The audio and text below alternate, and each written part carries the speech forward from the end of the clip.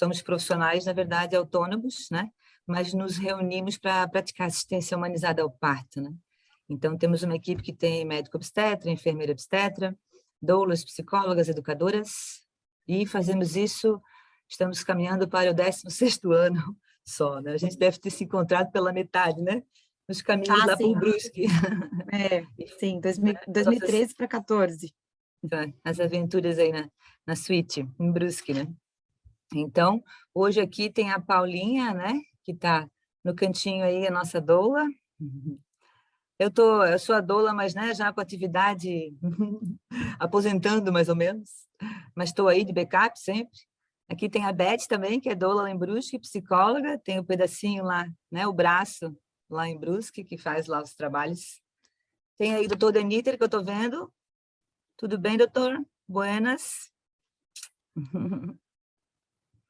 Então, e nós fazemos isso, né? Fazemos curso de preparação, cuidamos e assistimos, né? Durante o dia, o trabalho de parto, o nascimento, seja parto ou se evoluir para cesariana, e o primeiro mês, né? Hoje até fomos fazer um pós-parto, nasceram aí 2, 3 bebezinhos, né? Nas últimas semanas. E aí, todo mês nós nos encontramos para fazer esse encontro informativo, que faz parte da nossa missão, não adianta só, né, assistir, melhorar o dia do nascimento. A gente precisa propagar isso, precisa informar o maior número de pessoas e de mulheres, né, que existe esse tipo de assistência, e por enquanto a gente precisa buscar melhorar, né, com talvez equipes, assistências diferenciadas e principalmente informação, né, que é o que a gente traz sempre nesse encontro, que chama Encontro Informativo, gratuito e mensal. E depois disso, então, ele vai lá para o YouTube e fica lá gravadinho para outras pessoas poderem também assistir em outro horário. Além da nossa equipe, a gente tem aí um parceiro que estamos aí trocando e compartilhando. Eu queria passar a palavra ao Eduardo, que está aqui no cantinho. Meu som está rodando? Tá perfeito. Eu estava preocupado aqui, eu pensei que meu som não tava chegando. Então, como é que eu posso... Eu estou estendido na tela de vocês? Não, tá tudo certo. Tudo certinho? Tudo certinho. Oi, pessoal. Eu sou o Eduardo, sou parceiro da Nascendo em Família e a gente trabalha com fotografia e filmagem, né? Nossa paixão é trabalhar com newborn, nossa paixão é trabalhar com gestante, e é por isso que a gente está aqui. E queria mostrar um pouquinho, será que eu consigo compartilhar minha tela? Tá. Esse aqui é o nosso Instagram, né, da GED Fotografia, e a gente tem essa especialidade, né, essa paixão de trabalhar com gestante. Nós contamos já com figurino, né, nós temos dezenas de roupas para as gravidinhas. Nós também trabalhamos com newborn. Temos quem faz a manipulação do bebê e contamos com a parceria das meninas da Nascendo em Família também, né? Das profissionais da Nascendo em Família. E esse aqui é um pouquinho do nosso portfólio de fotografia, né? A gente trabalha com evento também, evento infantil de 1 ano, casamento, 15 anos, mas a nossa paixão é bem essa, né? Deixa eu parar de compartilhar aqui. Voltou para mim. E nós já começamos um trabalho de parceria com a Nascendo em Família. Vocês já vão começar a ver, assim como vocês já podem ver um vídeo do reencontro. Encontro, né? Reencontro. Um vídeo do reencontro no Instagram da Nascendo em Família. Vocês vão estar curtindo bastante imagens que a gente vai trabalhar agora em parceria, vai ajudar na mídia dessas profissionais e fazer parte dessa equipe também. Quem tiver interessado pode procurar ali no WhatsApp, no Instagram, WhatsApp, a gente faz esse atendimento VIP para vocês. É isso. Então, bora lá. Grazie. Passamos a palavra para a Carol, doutora Carol. Estou vendo ali, tem uma pacientinha ali em cima, a Tayane ali, ó, foi meu último baby, Henrique. Ela tá lá embalando o Henrique. Tudo bem, Thay? Boa noite a todos. Sara, quero primeiramente agradecer o convite. Faz um tempinho que a gente não conversava, e aí, num encontro de sala de espera de consultório, a gente se empolga para trazer um pouquinho de informação. Para quem não me conhece, eu sou a Carol, sou ginecologista obstetra, eu atuo em Brusque, já desde 2014. Faço hoje um pouco mais de ginecologia, obstetrícia um pouco menos depois do nascimento do meu filho, por isso que eu estou um pouco afastada dessa assistência super, hiper humanizada aí que a Sara pratica, por conta dos meus horários. E em 2019, fui estudar aí uma paixão que eu tinha de criança, que é a sexualidade humana. Minha mãe era psicóloga, e eu acho que eu fiquei com um pouco disso ali na essência, e acredito que antes da gente ser médico e da gente ter a ciência nas mãos, a gente tem pessoas, e com o emocional e com a psicologia não tem como. Então, daí eu fui estudar isso que era uma paixão antiga. Até, Sara, não comentei contigo aquele dia, mas quando eu me formei, uma colega de cursinho me encontrou no Instagram e falou assim: meu Deus, eu lembro que você falava que você ia fazer medicina e ia fazer sexualidade humana depois. Eu falei, nossa, e é verdade, realmente era um desejo antigo. Então, eu estou aqui para hoje, a convite da Sara, falar um pouquinho sobre sexualidade na gravidez e no puerpério. Como eu estava falando ali antes, enquanto o pessoal chegava, é um assunto que é cercado de tabu, né? Se nós temos tabu para falar sobre sexo, como é que nós vamos falar sobre sexo na gravidez, né? Então, a gente vem ainda na nossa essência com uma dificuldade muito grande para falar, sobre sexualidade, uma dificuldade para falar sobre sexo. O nosso país é um país extremamente sensualizado em muitas questões, porém ainda cercado de muitas crenças e muitos tabus, né? Então, e isso reflete na sexualidade feminina como um todo, desde lá a nossa criação, e depois na gravidez não vai ser diferente. Os microfones estão fechados, né? Todos fechados? Tá. Eu ia fazer uma pergunta para a audiência, mas então eu mesmo vou responder. Na verdade, assim, a gente normalmente faz a primeira parte com os slides, né? E o profissional fala, e depois a gente abre para as perguntas, né? Mas se tu achar que deves fazer isso também, a gente pode estar interagindo. Eu acho que pode ser, Sara, eu acho que vai ser até melhor pelo assunto que a gente vai falar. Então, mas aí eu vou perguntar para a audiência, alguém tem uma ideia de porcentagem da dificuldade que é para falar de sexo na gravidez? De 40% a 70% das mulheres têm dificuldade para falar sobre sexo na gravidez. E isso é muito grande, e isso traz um impacto psicoemocional nessa gravidez muito grande, por conta de também todas as transformações que a gente tem. E isso vai refletir no relacionamento, isso vai refletir também lá na frente no nosso puerpério. Então, 40% a 70% das mulheres têm a sexualidade afetada negativamente durante a gestação. E o momento mais oportuno para a gente falar sobre isso é o momento do pré-natal. Então, daí a importância do pré-natal. E a gente tem uma visão do pré-natal, aquela coisa que a gente vai só para ver como está o bebê. Essa semana eu atendi um casal E eu sempre pergunto, e como tem paciente minha ali, ela não vai mentir, o que é o pré-natal? E eu vou dizer para vocês que de 10 pacientes, 9 respondem que é a questão da saúde do bebê. E se esquecem que é uma saúde de um binômio mãe e feto, né? Então, elas se preocupam com os exames, elas se preocupam se estão comendo, se estão engordando, se não estão, ou elas se preocupam com o entorno disso, mas elas não se preparam psicologicamente quer dizer, a maioria, né? Estou falando aqui da grande maioria.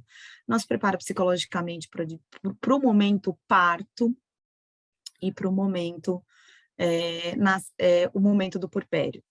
Então, o pré-natal é um excelente momento para a gente falar não só da saúde desse feto, com exames, com ultrassom, com aquilo que a gente não vai entrar em detalhes hoje, com a saúde dessa mãe, se essa mãe também está ganhando peso, se não está, se está com a dieta adequada, se não está, se está fazendo fisioterapeuta pélvica ou não, se está indo na consultora de amamentação, mas é um momento para a gente falar também desse psicoemocional. E aí, eu faço uma meia-culpa da nossa profissão, né, do ginecologista, que ele acaba não perguntando para essa paciente, ele não entra nesse assunto, por essa crença, por esse tabu, por esse conceito de que não se pode falar de sexo, sexo é feio, sexo é sujo, sexo é vergonha, né, e aí não acaba, a paciente não se sente confortável de falar sobre o assunto, e o médico também não aborda como é que está a sexualidade dessa gestante. E aí a gente fica nessa. E a gente fica nesse breu, e a gente fica nesse assunto dos mitos, aí entram os mitos, né? Então, eu tenho medo de namorar minha mulher porque eu posso romper bolsa, eu tenho medo de tocar na minha mulher porque eu brinco também que eu falo, vai furar o olho do neném. Quando eu entro nesse assunto, eu falo, não, mas tu tem medo que fure o olho do neném? Então, tem muitas coisas que a gente acaba não perguntando para essa paciente, e a gente fica nesse jogo de gato e rato, né? A paciente não pergunta, a gente também não comenta, então tá tudo certo. Então, ela foi embora hoje, então hoje eu não posso falar sobre isso, e não vou falar sobre isso, e agora na próxima consulta a gente também, um não pergunta, o outro também não fala, e aí assim nós vamos levando todo o pré-natal, e a gente não fala de um assunto que a Organização Mundial de Saúde definiu como forma de ver se esse indivíduo tem qualidade de vida ou não, né? Então, se a Organização Mundial de Saúde bate na nossa porta hoje, ele pergunta, Sara, como é que está sua alimentação? Sara, como é que está seu relacionamento? Sara, como é que está sua espiritualidade, sua religião, né? Como é que está sua casa? Se é de sapê ou não? E pergunta, e aí, Sara, como é que está o sexo na sua vida? Porque faz parte da qualidade de vida do indivíduo, o indivíduo como um todo, né? Sexo e energia é vital, a gente tem que trocar energia. Mas a gente não, volto a repetir, vou ser redundante várias vezes, a gente não fala sobre isso. Então, aquilo que não é falado não está ficando para trás, né? Outra experiência que eu tive no consultório há pouco tempo atrás, aliás, frequente, é quando se fala de libido, né? Eu só vou tirar esse parênteses só para a gente desenvolver a sexualidade na gravidez e já explico onde eu quero chegar. Eu sempre também falo para as minhas pacientes assim, olha, se eu tivesse uma resposta para a gente resolver toda a nossa libido, não estaria aqui na sua frente, eu estaria nas Maldivas, com certeza, porque eu teria arrumado, né, resolvido todo o problema. Libido tem a ver com criação, tem a ver com tabus, e a gente tem aí, independente da gente entrar numa questão aqui de cunho religioso, mas a gente tem um país culturalmente cercado de mitos em relação à nossa sexualidade, que vem muito de um padrão religioso que a gente tem, né? Então, sexo só depois do casamento, sexo é para procriação, essa paciente não conhece o seu corpo, e uma vez ela não conhecendo o seu corpo, ela não conhece o seu parceiro. Vivemos também num país ainda muito machista, muito misógino, né? Então, a mulher, ela está ali para satisfazer alguém, e ela não pode querer aquilo, porque se ela quer aquilo é feio, é sujo, né? E aí ela é uma, uma menina que não é digna de respeito, vamos dizer assim. Graças a Deus, parte disso vem mudando, mas a gente ainda tem muito isso cultural, né? Então, a gente vê o sexo como agradar o outro, e não para nós. Não como uma energia, não como eu também tive um dia cheio de trabalho e eu quero lá, e eu quero liberar essa energia para eu dormir melhor, né? Não, não é assim. Libido também está cercado com os boletos para a gente pagar. Eu falo esse exemplo no consultório, mas quando eu falo boletos, eu englobo todas as dificuldades nossas do dia a dia, né? Então, são as responsabilidades que a vida adulta nos traz, com todas as suas circunstâncias de chefe, contas para pagar, filhos para buscar na escola, dificuldades de relacionamentos familiares, tudo isso a gente leva para a cama também, né? Tudo isso a gente leva para a nossa sexualidade e vai interferir na nossa libido também. Relacionamento com esse parceiro, né? Então, o quanto a gente conversa com esse parceiro, o quanto a gente diz para ele que a gente tem vontade, o que a gente não gosta, o que a gente gosta, né? A gente não tem, muitas vezes, esse diálogo e isso acaba interferindo na nossa libido. A falta de autoestima, a falta de autoconhecimento também acaba interferindo na nossa sexualidade e também as doenças em geral, né? Maus hábitos de vida, insônia, sono, estresse, ansiedade, depressão, mundo pandêmico e tudo mais, eu não vou entrar no mérito, interferem na nossa libido. Então, a gente já tem uma grande dificuldade para falar da sexualidade normalmente, que é uma coisa que a Organização Mundial de Saúde acha que a gente está... Todo mundo sabe que tem que falar sobre isso, mas só eles sabem, né? A gente não fala no dia a dia. E aí, quando é para falar com a grávida, né? Isso piora ainda mais. Mas, alguém tem alguma pergunta até aí? Não? Alguma consideração? Alguma coisa? Não? Tranquilo? Eu tenho para contribuir, né? Que realmente é um assunto bem mais delicado, né? Se a gente pensar em gestantes que a gente troca, né, esse tipo de assunto, e é mais ou menos isso, como a gente não fala muito, agora que a gente está falando de hormônios, né, de sensualidade, ou o caminho do trabalho de parto e parto, seja é o mesmo caminho do que, né, o orgasmo e tudo isso, né, faz 15 anos que, por acaso, a gente soube disso, porque levei a vida inteira e ninguém me explicou, né? Eu sempre digo que a gente aprendeu sobre o aparelho reprodutor feminino e masculino, mas ninguém explicou realmente para quê, como é que funciona, como usar e né? Mas, Sara, o clitóris, ele foi descoberto, a anatomia do clitóris foi toda desenvolvida em 2009. Isso foi ontem.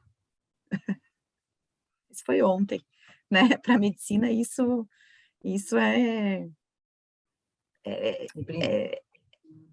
não tenho nem palavras para como é que eu explico que em 2009, que é algo que é tão, né, a gente ficou muito focado no ponto G, ponto G, ponto G, ponto G, existe, não existe, existe, não existe, e aí vem o clitóris em 2009, acho que é 2009, se não me falha a informação, é isso.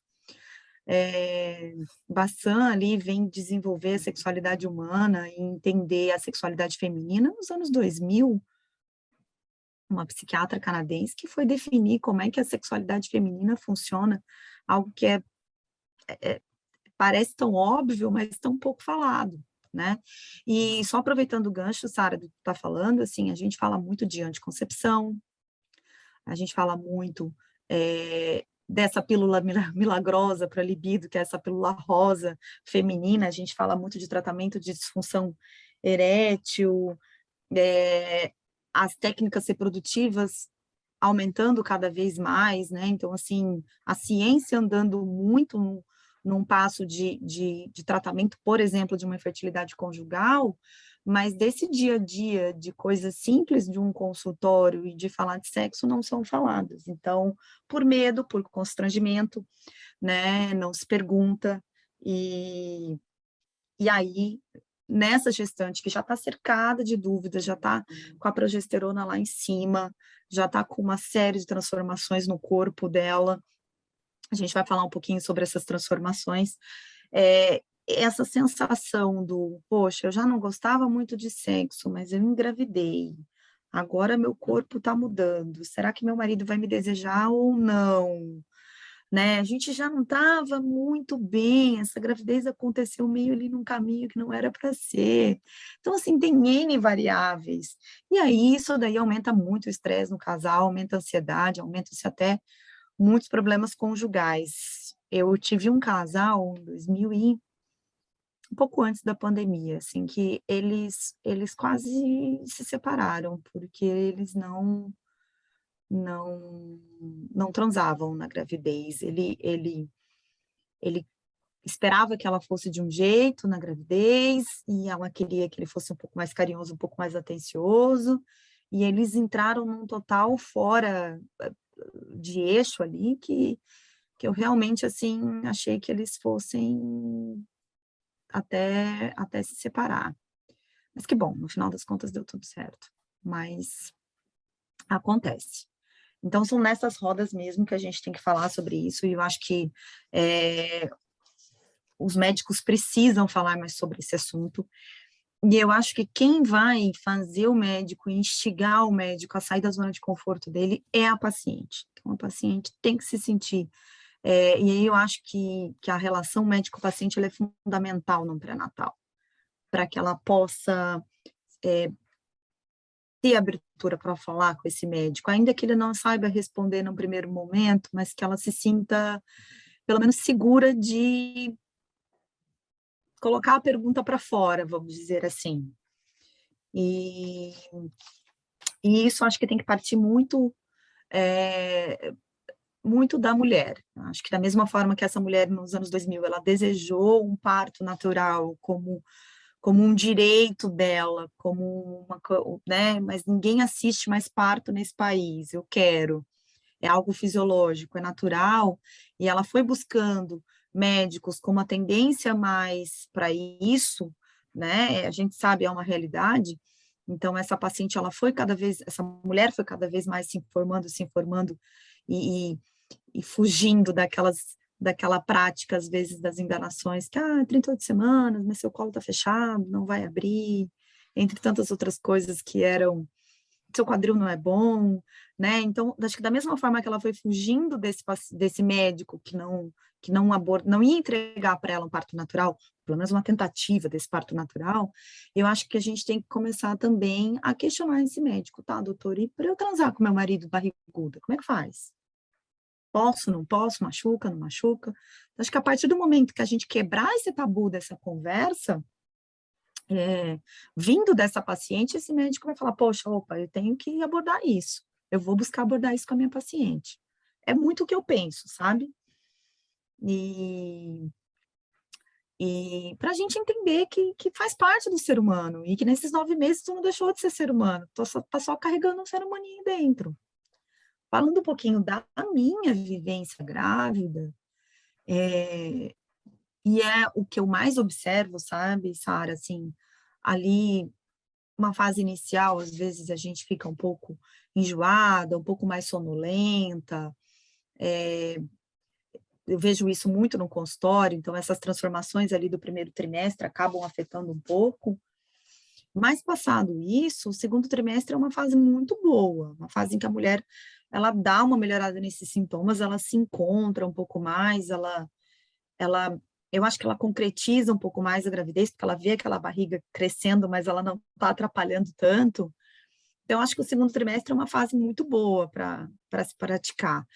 Foi onde durou a minha, tá? Eu vou ser bem honesta. Eu passou ali das 32 semanas, eu já tinha, não tinha vontade, e o meu marido respeitou, e, enfim. E é isso, acho que também tem essa questão muito do respeito dentro desse relacionamento, né, que precisa. Então, eu sempre falo para as pacientes, para que também é muito legal hoje que a maioria dos pré-natais que eu vivencio, né, o pai está junto, então a gente consegue conversar, olha, vai no limite dela, vai na posição que ela aceita, que ela concorda, e até onde vocês se sentirem confortáveis para isso, né? Essa é uma orientação que eu costumo dar geral quando eu abordo esse assunto. Às vezes a gente dá uma brincada para dar uma relaxada, assim, uma descontraída, e dizer assim, às vezes não precisa ir até vias de fato, né? Mas dá aquelas preliminares, né? Aquela sensação gostosa, né? Daqueles beijinhos, aquele arrepio, aquilo tudo também já faz parte, né? É que, na verdade, Sara, daí a gente entra em outro tabu, além do que eu falei ali da libido, que a libido é uma construção do indivíduo, então, assim, eu tenho vários pontos que interferem na libido, as pessoas têm uma ideia de que sexo oral é preliminar, e não é. Sexo oral é sexo oral, né? A gente tem e o Brasil é muito assim, a gente tem uma questão muito, muito ligada à penetração, né? Então, assim, 30% das mulheres só têm orgasmo com penetração. E eu ainda acredito que esse número seja menor, né? Eu ainda acredito que seja menor.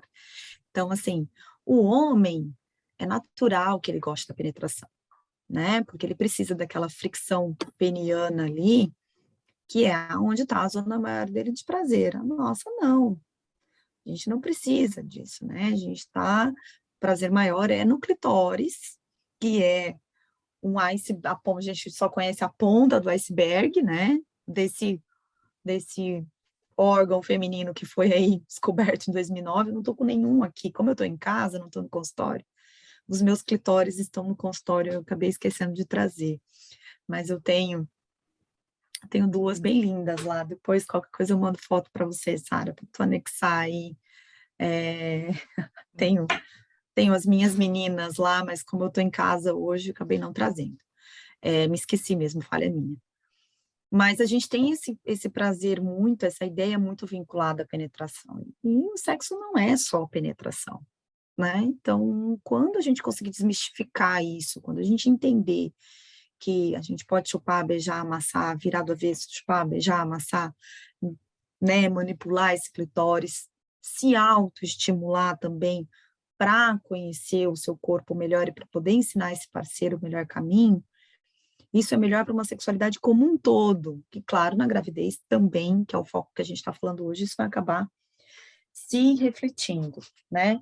Então, é difícil a gente ter intimidade com o aumento com as mudanças todas do nosso corpo, sem dúvida, mas eu acho que com bom humor, como a Sara falou, eu acho que é o melhor caminho que a gente pode ter, então... o entendimento do parceiro, que às vezes a mulher está ali passando por uma hiperêmese gravídica, tá vomitando todo dia, não consegue sentir o cheiro, então dá uma segurada, espera essa fase passar, né? E depois proporciona ali um bom momento a dois, um momento de calma, nem vou falar de sexo aqui depois do segundo filho, né? Porque daí tem que pôr o primeiro para dormir, para descansar, para conseguir ter esse momento né, da segunda gravidez, mas é com bom humor, é ir levando um dia de cada vez.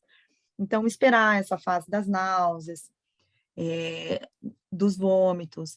Ai, sinto minha barriga inchada por conta de constipação, então vamos procurar comer melhor, vamos na nutricionista, né? Vamos melhorar isso, vamos tomar alguma medicação, algum probiótico que pode ajudar na parte da constipação, né? Sono, eu tenho muito sono à noite, poxa, então vamos ver se de manhã consegue rolar, né? Quando se acorda, quando se está mais disposta, ou durante o final de semana, mas assim, da mesma forma que a gente tem que colocar o sexo dentro do nosso dia a dia, e a gente tem que estipular também, como é que eu vou dizer, momentos para ele, porque a gente acha momento para trabalhar, a gente acha momento para os filhos, a gente acha momento para uma série de coisas, mas a gente vai deixando o sexo de lado. Quanto menos a gente procura, menos desejo sexual a gente tem, já diria Bassan, né? Então, quem coloca a pantufa do conforto, né? E, amanhã eu procuro parceiro, mas hoje eu tô com dor de cabeça,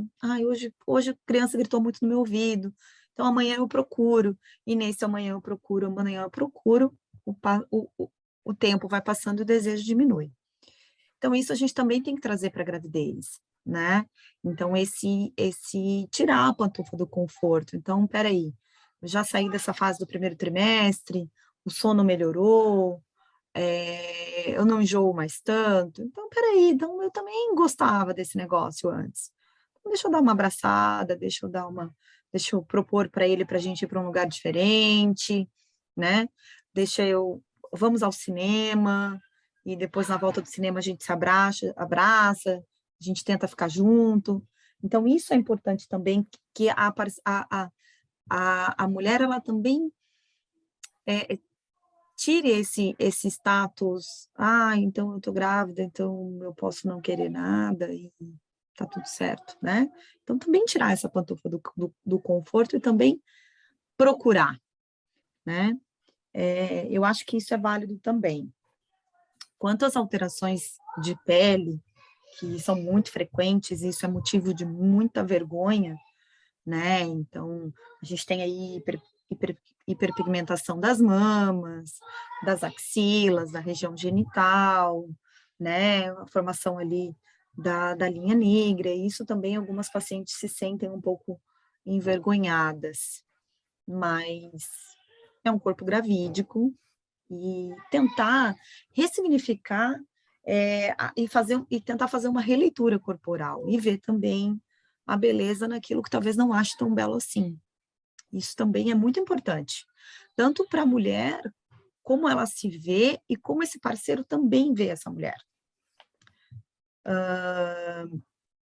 Outras queixas também comuns que a gente tem, algumas pacientes relatam aumento da lubrificação, outras relatam aumento da secura, né? Então, vamos lá, eu vou passar uma dica aí, que é uma dica de consultório também, que é muito, muito válida. Serena tem um Poppet em casa, Sara? Tem. Sempre tem, né? Então, Oi? Sempre tem um, né? Você já roubou um dela? Então, vamos roubar. Todas as meninas devem ter um Poppet para chamar de seu melhor amigo. E dentro dele a gente vai usar uma seringuinha e vai encher. Também não tem o Poppet do Pedro aqui, ele está lá em cima. Isso. Boa, Paulinha. Esse tem que ser o melhor amigo agora de qualquer mulher, seja a faixa etária que ela tiver, grávida, não grávida. Meu filho já tá grande, não usa mais, né? Então eu posso pegar para mim. Isso. Boa. Seguinte, meninas, a gente enche de óleo de coco essas bolinhas aí que a Paulinha tá mostrando. Esse óleo de coco pode ser em pasta ou pode ser em líquido, tá? Então, a gente enche essas bolinhas. Qualquer óleo de coco aí, a gente tem aquela marca da tampinha verde, que é o Copra, que qualquer supermercado a gente acha. E a gente vai pôr para congelar no congelador, tá? Todo dia à noite, antes de dormir, claro, né? Aqui também estou falando das pacientes grávidas que não tem nenhuma restrição médica para isso, tá? Vai colocar 2 bolinhas dessa na vagina e vai dormir. Tá? Como assim, lá dentro? Sim, lá dentro. Podia ser no contorno. Não, lá dentro, tá? Esse olhinho de coco, ele vai derreter e ele vai funcionar como um excelente hidratante vaginal, tá?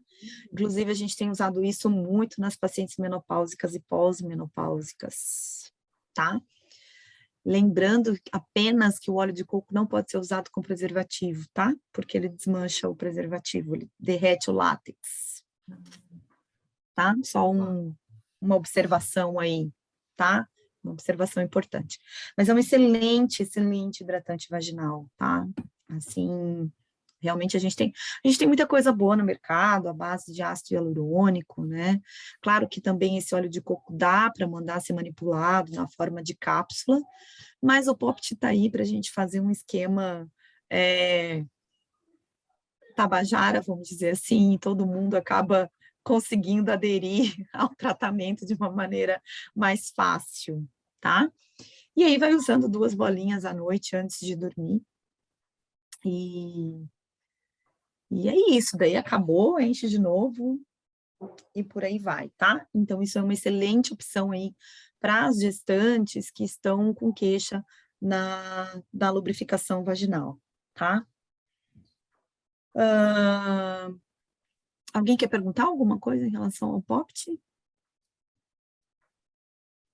Não? Isso foi uma coisa que o Purpério me trouxe, tá? Eu olhei o Popt do Pedro, falei, estava mandando as pacientes introduzirem o óleo de coco com uma seringa. Eu falei, não. E funciona, tá? Funciona porque euzinha aqui já testei várias vezes.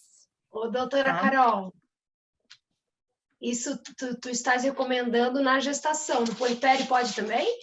O Purpério deve. Deve? Deve.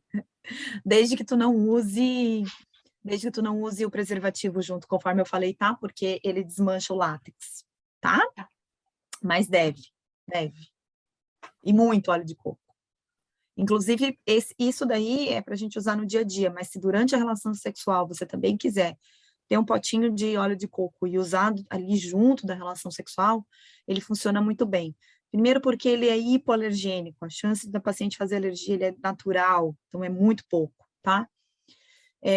Segundo, porque ele é de baixo custo também. E tem, às vezes, algum companheiro que não gosta do cheiro, às vezes aqueles óleos vêm que a gente compra em casas de produtos específicos, vem com cheiro de canela, vem com alguma outra coisa que às vezes o parceiro não gosta. Então, o óleo de coco, ele tem um cheiro muito, muito, praticamente nada, então não enjoa, não incomoda, no momento do sexo oral também não vai ter um gosto ruim, não vai criar nenhum mal-estar na língua, então funciona muito e funciona muito bem, tá? Certo? Claro que isso eu tenho que antes, eu até adiantei o óleo de coco, mas eu tenho que falar, acho que é prudente dizer também, além de que todo mundo tem que transar na gravidez, mas de que algumas que têm algumas contraindicações, né? E aí essas pacientes que têm contraindicação, a gente também tem que alertar. Então aqui eu estava falando, na verdade, aquelas do pré-natal geral e que a princípio não tem nenhuma intercorrência clínica, tá? Mas são contraindicações absolutas para as relações sexuais na gravidez. Eu tô com uma colinha aqui, tá, gente? Ruptura prematura de membranas, tá? Então, bolsa rota, né? Tá? E a gente tá falando aí daquela paciente, por exemplo, de 28 semanas, de 32 semanas, que vai ficar internada, vai ficar em tratamento clínico, ou ela vai ficar em repouso absoluto, né? Ou ela vai fazer corticóide para interrupção dessa gravidez. Então, ruptura de membranas é uma contraindicação absoluta. Incompetência istmo-cervical, ela entra também como contraindicação absoluta ou relativa, dependendo da gravidade dessa incompetência istmo-cervical, que é quando o colo uterino, ele perde um pouco da sua força, né? E aí essa paciente acaba dilatando esse colo antes do tempo, tá? Sendo uma causa aí importante de trabalho de parto prematuro. Placenta prévia, que é um tipo de malformação de placenta, tá? Também é uma contraindicação às relações sexuais. Ameaças de abortamento, tá? Principalmente ali na casa das 12, até as 12 semanas, a gente pede para dar uma seguradinha na vida sexual. E trabalho de parto prematuro, como eu já falei também, tá? É contraindicação absoluta para as relações sexuais. Relativas à incompetência istmo-cervical, como eu falei, dependendo do caso, tá? E também trabalho de parto prematuro numa gestação prévia, o médico pode avaliar um risco de um outro trabalho de parto prematuro nessa outra gravidez, e aí a gente ir discutindo ao longo do pré-natal, né, por ser uma contraindicação relativa, muito o andar da carruagem para saber se essa paciente pode ter vida sexual ou não. Vida sexual, voltando aqui a falar da penetração, né, o approaching, como a Sara já me alertou, o beijo, o abraço, a liberação da ocitocina, o beijo, o abraço, chupa daqui, aperta dali, e isso aí tá tudo liberado, tá? Sangramentos, infecções, pacientes com dor na relação sexual, que são algumas causas, algumas queixas ali mais pro lado da gineco durante a gestação, aí vai de acordo da conversa também com o seu médico assistente, tá? Certo? Uma coisa que me perguntam muito, muito, muito, meninas e meninos no consultório é qual a melhor posição para namorar na gravidez? Ah, a Paula já sentou com a cabeça ali. Gente, no primeiro trimestre, liberdade de Doula, posição. às vezes acaba vindo umas perguntinhas também, né? A gente já vai conhecendo o casal, às vezes eles nem falam, mas daí eu já toco nos assuntos, né? Porque é o tabu mesmo assim, né? E assim, tendo sim, porque, vem de tudo quanto é tipo de pergunta, e eu também já estive grávida também, né? Então, a gente passa igual por todas as situações, e as barrigas vão mudando muito, o corpo muda muito, né? Até a gente se encaixar de novo ali, muda um pouco. Sim, mas depois que encaixa também, eu tenho excelentes relatos de que se curtiram muito na gravidez. Um casal Então, que a gente acompanhou esse ano, né, Sara, que eles ficaram a gravidez toda sem ter a relação, e ela queria, e ele não. E daí foram até o final, assim, né? Deu 41 semanas, e a gente ia induzir. Então, daí, a última noite, ela fez assim, hoje ele não me escapa. E ela conseguiu os dois se divertir a noite toda. O dia seguinte, ela já estava com outro olhar, já, assim. Só porque, ficaram meses nessa neura, ele com a neura, ela não, e não conseguiram. E aí, qual foi o desfecho? Ela liberou um monte de prostaglandina, de ocitocina, e ela entrou em trabalho de parto, e foi lindo. Não deu certo a emissão, mas pelo menos ela se realizou depois de meses ali, triste nessa questão. Mas nós temos 2 clientes com relato comprovado. Teve uma que ligou saindo da casa do namorado, dizendo que, estou com contração, será que pode ser trabalho de parto? Sim, e quase que não chegamos no hospital, de tão rápido que foi. No meio Mas da que eu madrugada. namorei agora, exatamente. Telefonou dizendo, ele está me dando uma carona. Isso daí é uma pergunta muito frequente do consultório, tá? Mas se eu namorar, eu vou ter contração e vou entrar em trabalho de parto?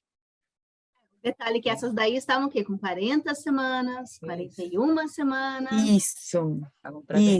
Então, eu falo assim, ó, acima das 37 semanas, nós estamos no jogo para jogar, né? Então, assim, o teu trabalho de parto pode ser a qualquer hora. Eu brinco muito com analogias no consultório, quem me conhece sabe disso. Então, eu falo assim que a gravidez acima das 37 semanas, a gente está com um fruto maduro no pé, né? Então, a gente tem lá um pé de maçã e a maçã está madura. Se vai ter o vento para essa maçã cair e esse bebê nascer, vamos dizer assim, aí eu não sei se vai ser com 37, se vai ser com 38, se vai ser com 39, 40, 41, né? Mas a partir das 37 nós estamos no jogo. A partir das 37, se eu aumento esse approach, se eu abraço, se eu beijo, se eu libero ocitocina, se eu transo, se eu ajudo esse colo na liberação de uma série de substâncias, se eu ajudo Gente, o ato sexual ele é uma explosão neuroendócrina, hormonal, absurda, né? Então, eu jogo tudo isso na corrente sanguínea. Então, tudo isso ajuda a gente a entrar em trabalho de parto. Mas depois que essa fruta está madura. Antes disso, não é porque eu transei uma noite, eu entrei em trabalho de parto no dia seguinte. Perdão. Isso é um mito, não é Covid. Isso é um mito que a gente tem que acabar, né? Que eu transo, eu vou entrar em trabalho de parto. O doutor Deniter está aí, acho que ele quer fazer alguma consideração. Oi, tudo bem? Eu fiz até algumas anotações aqui, Carol. Gostei da organização Tabajara ali, sabe? Do óleo de coco. Gostou do... Olha, doutor Deniter, eu vou patentear esse óleo de coco. Aí. Eu vou patentear nesse... Eu acho que sim, né?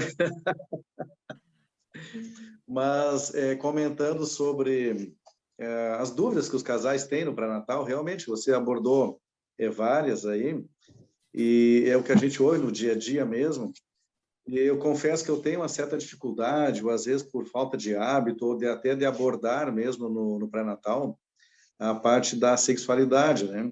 Eu acabo, eu diria assim, abordando mais no puerpério, porque ali precisa realmente de uma orientação do casal, pós-parto, pós-cesárea, devido às alterações hormonais, né, do puerpério, das possíveis dificuldades que eles terão na volta ali à relação sexual, né? Então, algumas devido às mudanças hormonais, né? Muita prolactina, baixa de estrogênio, progesterona. Então, a mucosa vaginal já um pouquinho mais hipotrófica também, ressecamento e com as dificuldades na relação. E aí que entra a orientação para o casal sobre os lubrificantes, hidratantes vaginais também, né? E a retomada, assim, com segurança, porque o momento tem que ser individual, né? Ou seja, cada casal vai ter o seu momento ali quando a mãe se sentir segura, o marido também, para a volta às relações, né? Nas contraindicações também, hoje tem algumas pacientes que fazem cerclagem, mas também usam pessários durante a gestação. No fim, claro que aí também contraindica, né? No caso, a relação, nesses casos também, entre aqueles outros que você comentou, né? Sim. Mas o Doutor, assunto é muito bom, assim, Oi? Como eu faço para abordar, assim, vou dizer, como eu faço para abordar na gravidez, no meu pré-natal? Certo. Eu leio para elas, na verdade eu tenho 60 Dias de Neblina, que é um livro da Rafaela Carvalho, no consultório, né? E quando a gente termina a consulta do pré-natal, a gente abre, eu abro o livro e peço ou para o marido ou para ela abrirem, vai depender de quem abriu da última vez, aleatoriamente. E a gente lê e a gente aborda aquele assunto. E tem um capítulo em questão que eu leio para eles, tá? Agora também não vou me lembrar qual, mas depois eu passo via WhatsApp aí para vocês, em que a Rafaela Carvalho ela aborda essa questão do relacionamento. Então, ali, eu vou sentindo ao longo do pré-natal, então eu sempre pergunto para esse casal como é que eles estão, como é que está a expectativa desse marido em relação a essa gravidez, como é que está a expectativa dela. E aí tem um momento em que eu leio isso, porque ela aborda de uma maneira muito divertida isso, como o marido está vendo ela agora grávida. E aí eu pergunto, então é o gancho que eu uso para falar, e aí, como é que tu está vendo ela? Tá gostosa, tá redonda, tá uma melancia? Então, de uma maneira divertida, eu tento entrar nesse assunto. Claro, obviamente, que se eu vejo que é um casal que fechou as portas para isso, né?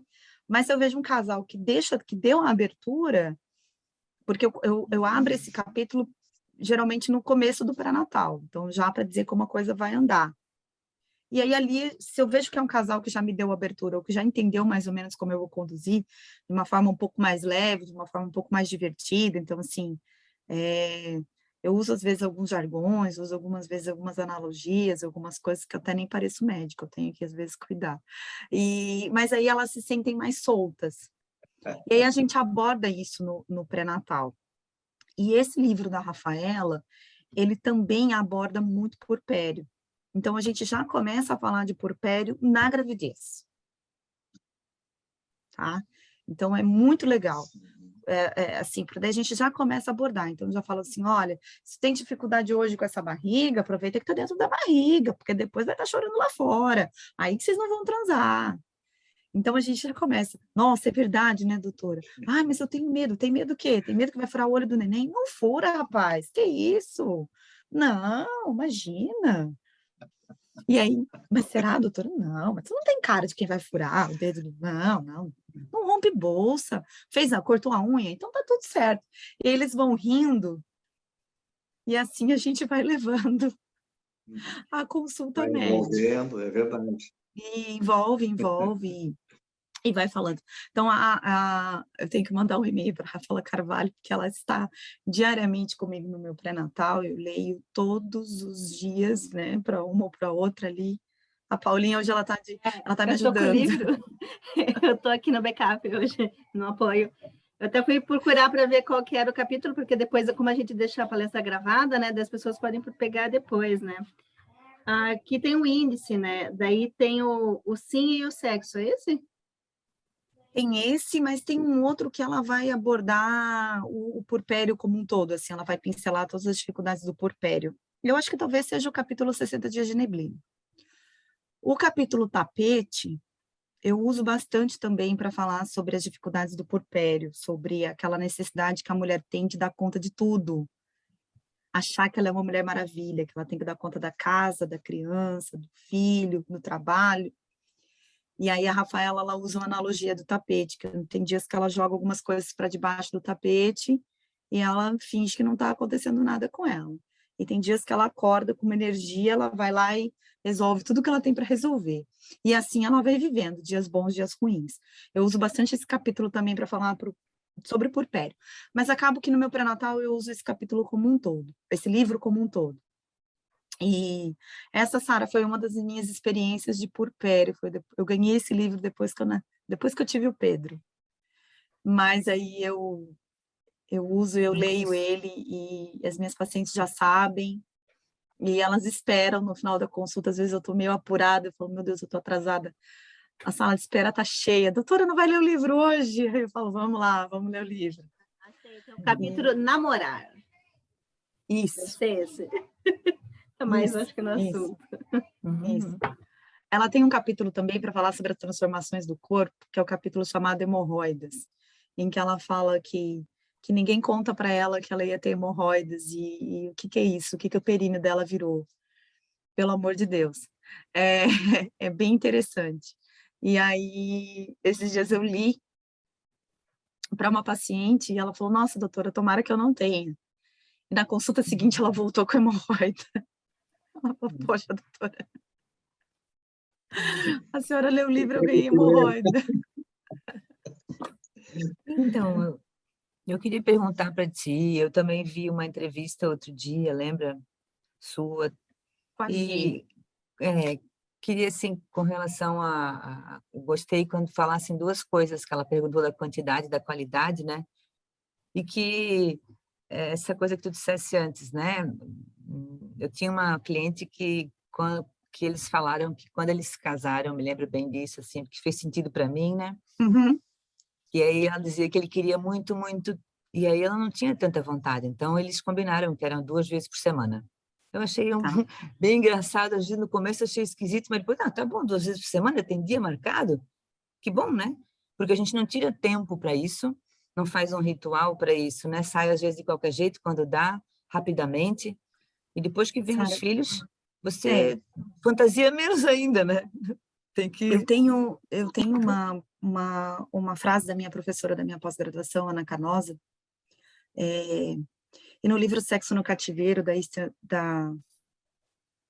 ai, gente, hoje eu tô com a cabeça, esqueci o nome mas o Sexo no Cativeiro tá aqui em casa, daqui a pouco eu pego para mostrar para vocês. Que assim, por que a gente tinha um interesse maior no sexo quando a gente está no começo do relacionamento e a gente deixa de ter para frente? Né? Porque a gente deixa de pensar em sexo. Porque antes, quando você ia encontrar o rapaz para ir no cinema, você já colocava sua melhor calcinha e o rapaz colocava a melhor cueca também. Tu se depila, né? Então, assim, tu tem um pensamento maior em sexo.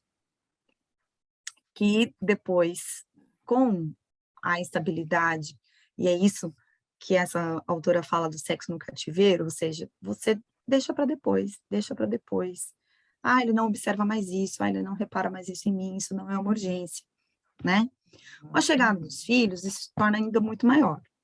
A gente não orienta nenhum casal em terapia sexual estabelecer regras no sentido assim, olha, saudável é que seja 2 vezes por semana, saudável é que seja 3 vezes por semana, né? A gente senta na mesa do bar, se frustra pra caramba, porque a amiga diz que transa 4, e eu só transo uma cada 15 dias, né? Meu Deus. Então, isso não tem nada a ver, é questão da qualidade com que isso é feito também, né? O jovem, ele pratica mais, mas com uma qualidade menor. A partir do momento em que a gente amadurece, que a gente evolui, a gente acaba transando menos, mas a qualidade é maior, porque a gente se conhece mais o nosso parceiro, a gente tem mais intimidade, né? Então, não tem uma Então, regra. a gente Agora, vai só dizer que é fisiológico, não tem fisiológico, é cultural. Nós sentirmos menos desejo ou fantasiarmos menos, é cultural. Nós somos treinadas para isso acontecer, de menos e eles de mais? tem o fisiológico, mas ele é menos. Eu acredito que ele seja mais cultural, Sara, sem dúvida. Por todas essas questões que envolvem a libido que a gente estava falando. Deixa eu só fazer um gancho e contar para vocês uma coisa que acontece aqui em casa. Com a chegada do Pedro, meu Deus, que meu marido não escute, que está lá em cima. A gente passou, assim, para quem não sabe, meu marido também é médico, então a gente trabalha bastante, a gente tem o Pedro que tem 5 anos. Então, o que a gente faz? A gente tenta, uma vez por semana, eu brinco com ele não sabe disso, mas eu falo para as minhas pacientes que é o dia D. Então, é o dia de estar junto. Então, é o dia que a gente tenta fazer com que o Pedro durma mais cedo, em que a gente, meu marido cozinha, enfim, ou eu vou cozinhar para ele e tal, e que a gente tente conversar coisas que não são aleatórias, que não são nem cercadas da educação do Pedro e nem das nossas vidas profissionais. Então, é um dia do nada, né? É o dia da gente simplesmente curtir a companhia um do outro.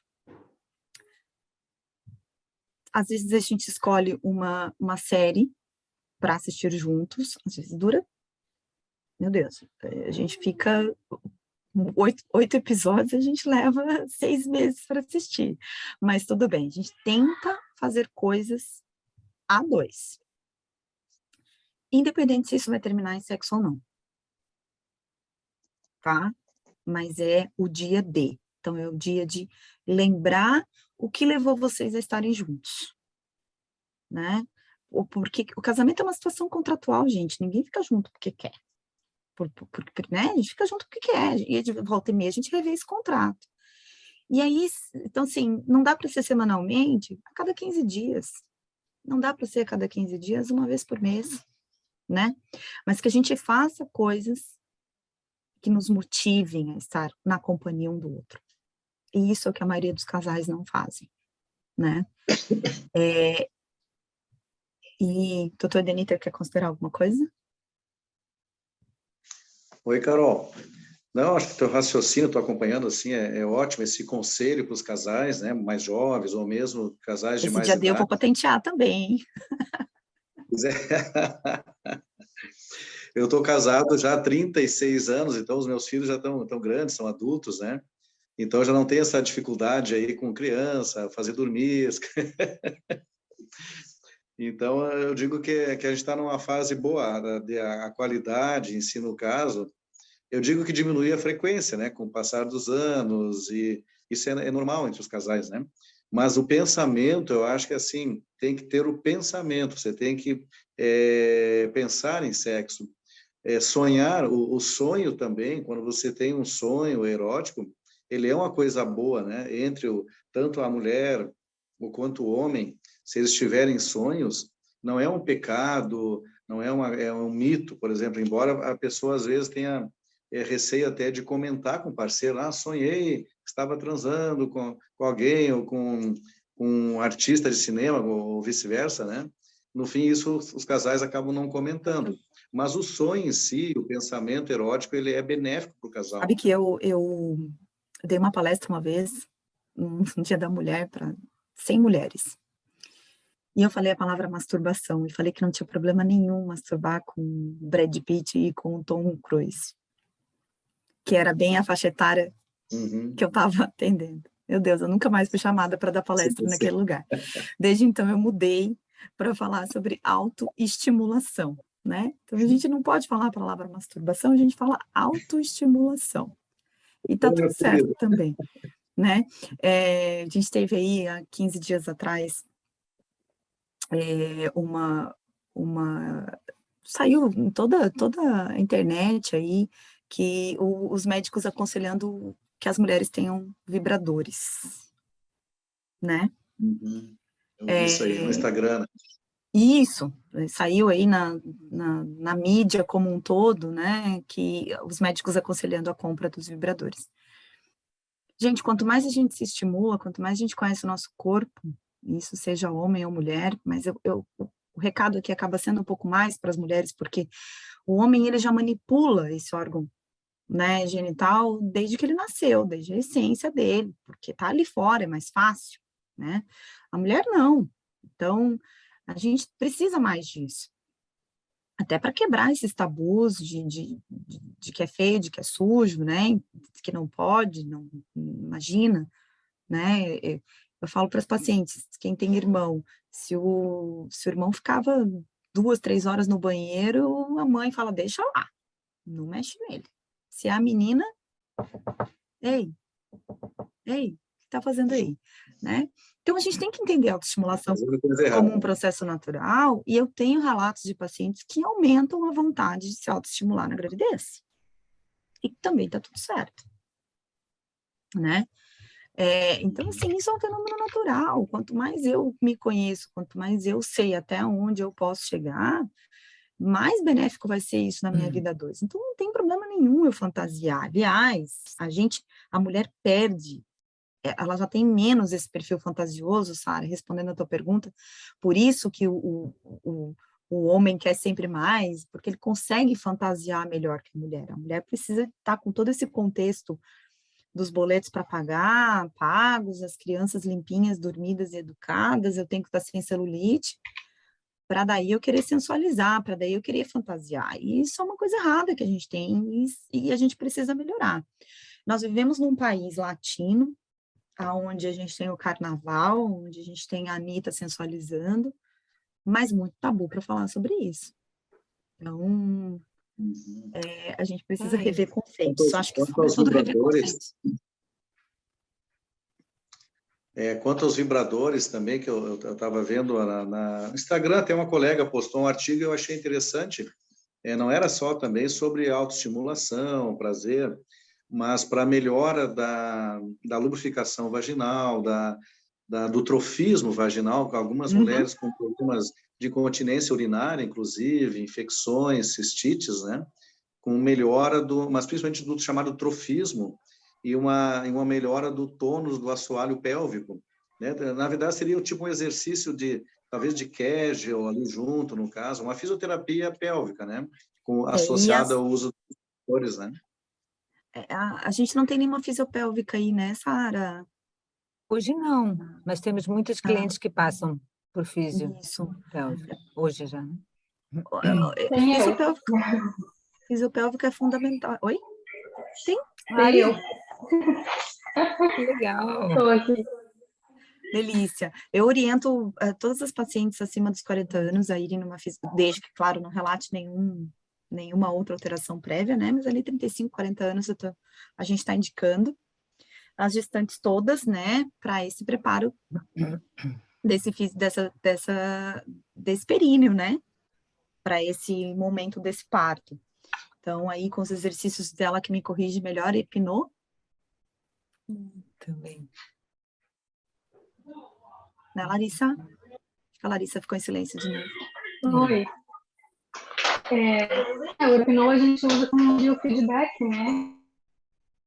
O visual, né, da contração, do relaxamento, desse relaxamento realmente estável. E lá em gestação é bem esse finalzinho, né? Porque essa ideia do relaxamento expansivo.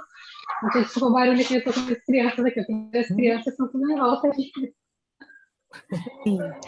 Mas se essa mulher já tem uma consciência perineal, se essa mulher já tem uma vida sexual ativa, bacana, como o Dr. Deniter estava falando ali, da questão do uso dos vibradores para manutenção desse assoalho, desse trofismo, isso melhora muito para tipo, né, a via de parto também. Ela vai com uma consciência corporal. Eu acho que o parto natural ele está na mente e ele está no períneo. Acho que são esses dois principais lugares que a gente tem que trabalhar ao longo do... E isso lembra o quê? Isso lembra o quê? Mente, períneo. Lembra parto e lembra sexo, né? Porque os dois estão na mente e no períneo. Sim. Né? E me lembra muito, Só que sexo é bom e parto é sofrimento. Só que sexo é bom e parto é sofrimento, né? Tem que arrumar, né? Mas isso aí é outra desmistificação que a gente tem que fazer, né? De que parto é dor, né? Parto é parto. Outra coisa também que as pacientes relatam muito e perguntam, só para facilitar lá e para terminar o raciocínio antes que eu me esqueça, a questão das posições ali que a Paulinha já estava falando, né? Primeiro trimestre, liberdade de posição, segundo trimestre, mulher acima, terceiro trimestre, a mulher de lado. Sempre, obviamente, respeitando a vontade, né? E trabalhando bastante ali o approach. Mas ali falando ali, né, do sexo com penetração. Falando um pouquinho de puerpério ali, que o Dr. Deniter a gente já estava puxando ali, falando, para perca de libido pós-parto, a gente faz de tudo para que essa paciente tenha as relações sexuais pós-amamentação, né?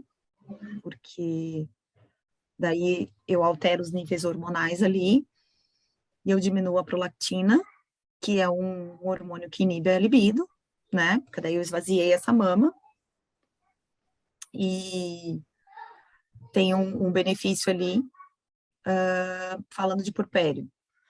Falando de lubrificação vaginal ali, que o Dr. Deniter a gente já estava falando, além do uso do óleo de coco, a gente tem vários cremes vaginais aí, à base de ácido hialurônico, à base de progestágeno, que a gente pode usar tranquilamente, à base de estriol, que a gente pode usar. A gente também tem o uso do laser vaginal aí, o Mona Lisa Touch, como um bom recurso para melhora dessa atrofia vaginal, para melhora dessa lubrificação, dessa dor e dessa ardência que pode ficar pós-parto. A retomada cursa em média com 12 semanas pós-parto, né, a retomada sexual. E eu queria um pouquinho a palavrinha aí de alguma de vocês que trabalham mais com parto natural que eu, Dr. Deniter, talvez. A gente tem pacientes com cesárea com mais medo de retomar a vida sexual do que o parto natural. É verdade? Na verdade, hoje, por coincidência, eu fiz 2 revisões pós-parto normal, e uma delas já com 42 dias, super bem, assim, né? Já iniciamos com algum método anticoncepcional, uns cuidados, já liberando, inclusive, a relação do casal, com as devidas explicações ali sobre a mucosa vaginal, mais sensível, uso para ela também. Mas eu libero em média com 6 semanas.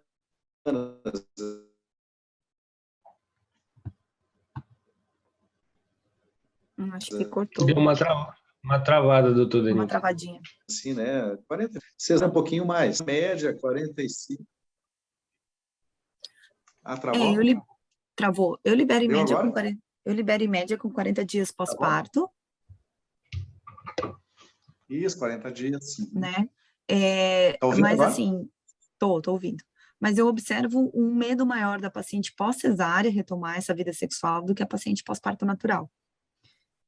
Sim. Né? Verdade. E é interessante porque, assim, há um tempo atrás, a gente tinha essa paciente pós-parto natural, ela tinha uma preocupação maior, né? Mas o meu períneo não vai mais retomar o mesmo, né? Ainda bem que a gente tem essa mudança cultural em relação à episiotomia, que trazia várias consequências nesse períneo, e, consequentemente, essa paciente tinha uma dor perineal importante, era muito pior para ela voltar à vida sexual dela após, né, nascimento. Mas hoje eu vejo mais as pacientes pós-cesárea com medo, né, medo de uns mitos ali, medo de abrir, medo de chacoalhar, né? É engraçado. Sim, é verdade. Eu queria saber cada uma se... tem uma recuperação. Eu diria que cada uma se recupera também um pouco diferente, né? Nem todo mundo serão ali 40 dias, umas 45, 50 dias, varia um pouquinho, mas elas geralmente, sempre elas vêm naquela revisão ali de 40 dias em média, para a gente fazer, ver se está tudo ok, cicatrização, e essa explicação, dizendo que está tudo bem, que ela pode voltar à vida sexual devagar, com jeitinho, com segurança, elas têm essa consulta importante porque elas voltam para casa mais seguras, né? Sabendo o período. Muitas querem um método anticoncepcional já, porque não querem voltar a ter relação sem uma segurança anticoncepcional também, né? Mas a média é isso aí, são 6 semanas, né? Pois é, mas aí nessa questão da anticoncepção, a gente tem a questão que a maioria é a base de desogestrel, né?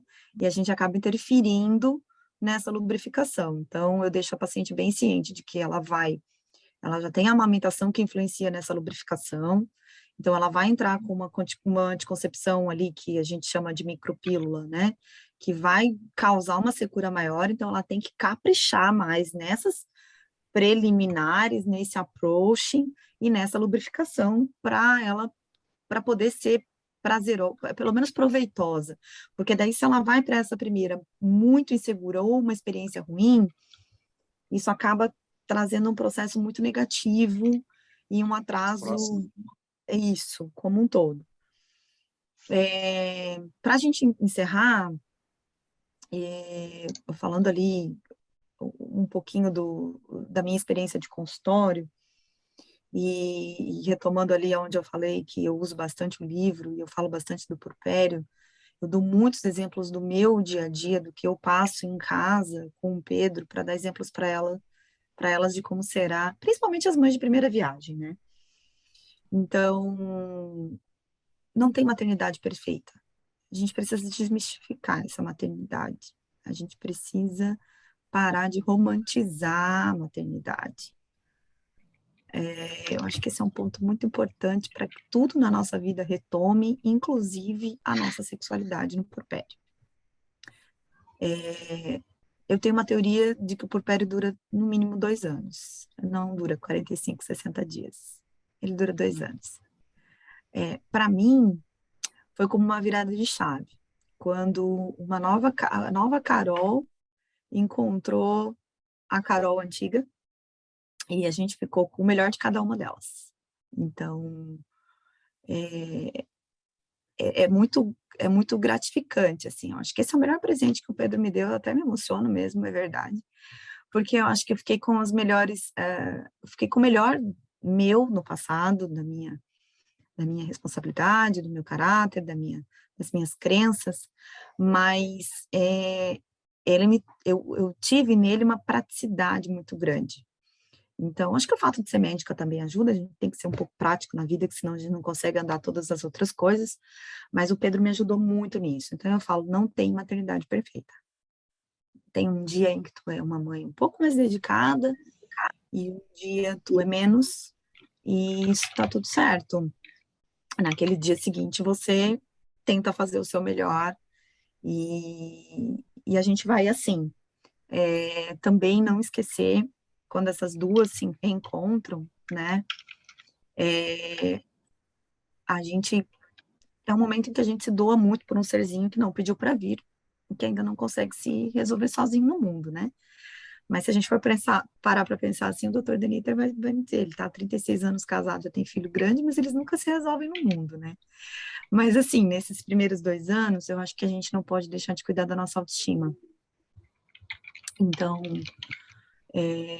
a criança dormiu, chama uma moça para lavar o cabelo, para fazer a tua unha, não deu? Então o bebê dormiu, então dorme, descansa. Vai lá, faz uma maquiagem, lê um livro, né? Busca coisas que dessa mulher antiga, dessa mulher anterior. O que essa mulher anterior gostava de fazer? Essa mulher anterior gostava muito de fazer um artesanato uma vez por semana. Então, vamos lá, né? O Pedro tinha 3 meses de vida, eu ia para minha aula de artesanato uma vez por semana à tarde. Levava ele no carrinho. Ficava o tempo que tinha que dar. Às vezes eu conseguia ficar 30 minutos, às vezes eu conseguiria ficar 1 hora e meia. Tava tudo certo. Aquela minha saída com ele já era uma saída em que eu encontrava essa Carol anterior. E falava para ela, olha, daqui a pouquinho a gente vai ter tempo para fazer um pouco mais de coisa. Eu revisitava ela, né? E aí, adiante, eu seguia com aquela Carol ali mais um tempo, feliz porque eu ia encontrar aquela ali daqui a pouco. E assim ia nessa mistura de sensações, e eu acho que é assim até hoje. Então, acho que a autoestima é importante que a gente não deixe ela de lado, não deixe a peteca cair, na verdade, né? Rede de apoio, nós mulheres somos muito ingratas com a gente mesmo, né? A gente quer dar conta de tudo sozinha, a gente não quer ouvir quem tem mais experiência. E as mulheres indianas, elas se dão melhores. As indianas e as índias, porque elas têm uma coletividade no maternar que a gente não tem. A gente quer maternar sozinha. E isso é muito sofrido, porque daí a gente leva isso para nossa autoestima cai, nossa privação de sono, pum, vai aonde? Vai parar no relacionamento, vai parar no sexo. Eu pareço redundante falando, mas é que eu acho que uma coisa, essa é a minha forma de ver, eu acredito que as coisas estão todas interligadas, né? Gente, criança não escuta, criança dorme, pode transar, a gente acorda também quando a criança não tá bem, então isso tá tudo certo. O parceiro também precisa usar esse parceiro com P maiúsculo, precisa ser pai, ele precisa ser participativo, ele precisa ajudar essa mulher toda nas questões do dia a dia, ele precisa desafogar esse maternar, ele precisa paternar, e aí ele consegue ter essa mulher dele de volta, talvez um pouco mais rápido, talvez as coisas se retomam, entram um pouquinho no eixo um pouco mais rápido, né? Aqui em casa a gente é pai, sabe? A gente é mãe e pai, então a gente troca plantão. Pedro, oi, já chegou? O Pedro já está no banho. Então eu já vou dar a janta. E assim a gente vai indo para a gente, não é se liberar dele mais cedo, mas é para a gente dividir realmente essa vida em comum e essa criança que é dos dois. E isso reflete no relacionamento, sem dúvida nenhuma.